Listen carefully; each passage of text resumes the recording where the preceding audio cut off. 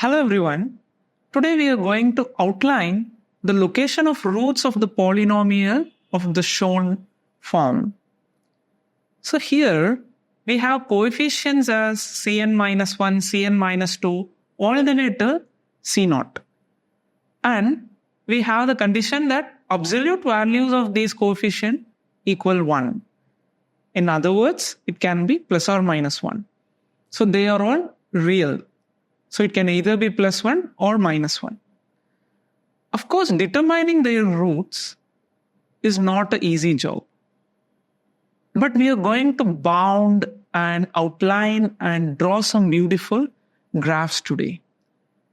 So let's get into some theory before we plot. So this is the polynomial that we are analyzing right now. F of x equal to x power n plus cn minus 1 x power n minus 1 plus cn minus 2 x power n minus 2 all the way till c1 x plus c0, but with the conditions that all the ci are real and mod of ci equals 1. So in other words, ci belong to 1 minus 1. The set containing 1 minus 1, or ci is plus or minus 1. So this is an equivalent condition. And we are now about to describe the location of the roots so that we can approximately determine the characteristics of this polynomial.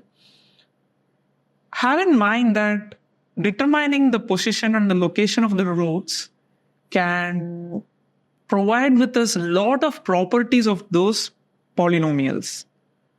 So first, let me substitute a root, a possible real root. So let alpha be a real root of f of x. And we are going to find how this root shall behave. Later on, we can also extend it to complex numbers. But first, let's stick to real numbers. So, substituting it, we get alpha power n plus cn minus 1 alpha power n minus 1 plus cn minus 2 alpha power n minus 2 all the way till c1 alpha plus c0 equals 0. So let's move the alpha power n to the RHS. So this is equal to alpha power n and with the negative sign. Now take modulus both sides and you get the following. If you take modulus, the negative sign in the RHS can be removed. And now we know that mod of alpha power n is mod alpha power n by the properties of modulus. We know that modulus can be separated with multiplication and can be considered individually. So we have the LHS as it is, and let's apply it to some inequality that we are already aware of. We are aware of mod x plus mod y is greater than or equal to mod of x plus y. This is true even if x and y are complex numbers. And applying this for n numbers, let's see what can be attained. So consider the modulus individually. So mod of cn minus 1 alpha power n minus 1 plus mod of cn minus 2 alpha power n minus 2 till mod of c1 alpha plus mod of c0 is greater than or equal to the actual LHS of the equation that we arrived at. N minus 2 till c1 alpha plus c0. But we know that it is equal to mod alpha power m. So let's have that in mind. Now, notice that the absolute value of all the ci's equal 1. And for example, mod of ci power alpha I equals mod ci into mod alpha power I. And mod ci equals 1, mod alpha power I become mod alpha whole power I due to the same property of modulus. And now just replace it with mod alpha power n minus 1 plus mod alpha power n minus 2, so on till mod alpha plus 1 being greater than or equal to mod alpha power n. All right. So let mod alpha be equal to t. So clearly t belongs to positive real numbers. So substituting it, we get t power n minus 1 plus t power n minus 2, so on till t plus 1 is greater than or equal to t power n. But LHS is nothing but a GP, and we can simplify it using the common ratio t and initial term as 1. So doing which we get t power n, because there are n terms, minus 1 by t minus 1 is greater than or equal to t power n. But here we can conclude something. So now this inequality will not be true for t greater than or equal to 2. Let's see why.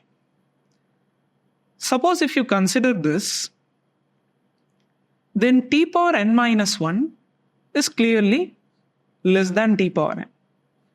And when you divide it by t minus 1, which is some number greater than 1 or equal to 1, then you will still further decrease this. You will still further decrease the value of t power n minus 1 by dividing it with t minus 1 for t greater than or equal to 2. Now this means that the inequality can't hold true. And hence, one can conclude that mod alpha must be strictly less than 2. So this is a conclusion that can be reached. So in other words, alpha can be less than 2 and greater than minus 2. But we do not know whether there exists a real root. So this is just under the assumption that if it exists, then it must be between minus 2 to 2. So again, delineating the location of roots shall give you a lot of characteristics of the polynomial.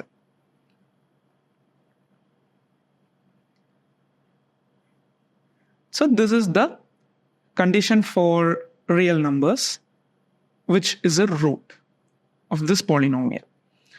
But this can also be extended to complex number, because we know that this inequality is still true for complex numbers, x and y in complex numbers.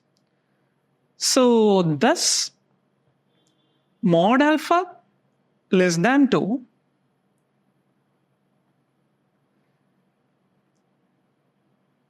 should imply that absolute value of any complex root should be less than 2.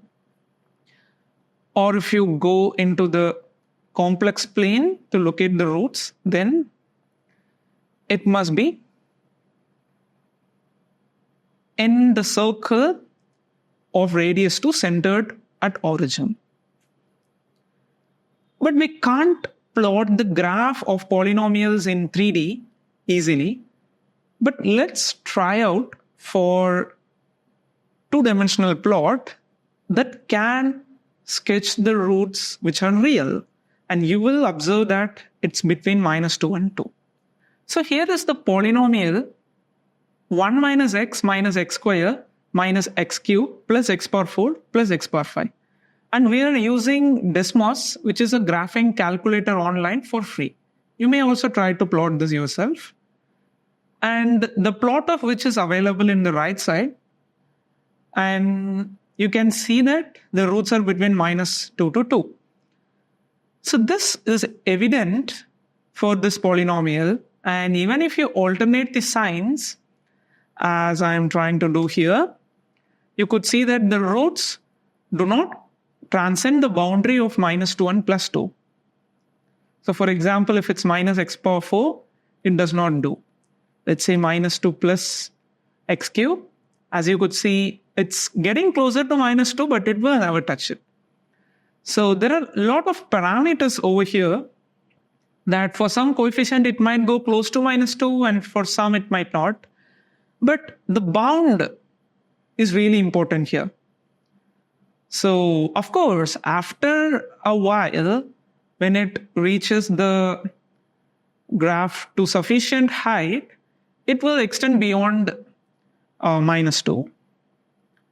But as you could see, for the discussion on roots of the polynomial, it shall never cross the boundary. So you can change this a lot. Also, you can add multiple coefficients to it to see the same characteristic. So you can also plot this by yourself and have fun with plotting them in Desmos. So let's meet in the next video. Happy learning. Bye.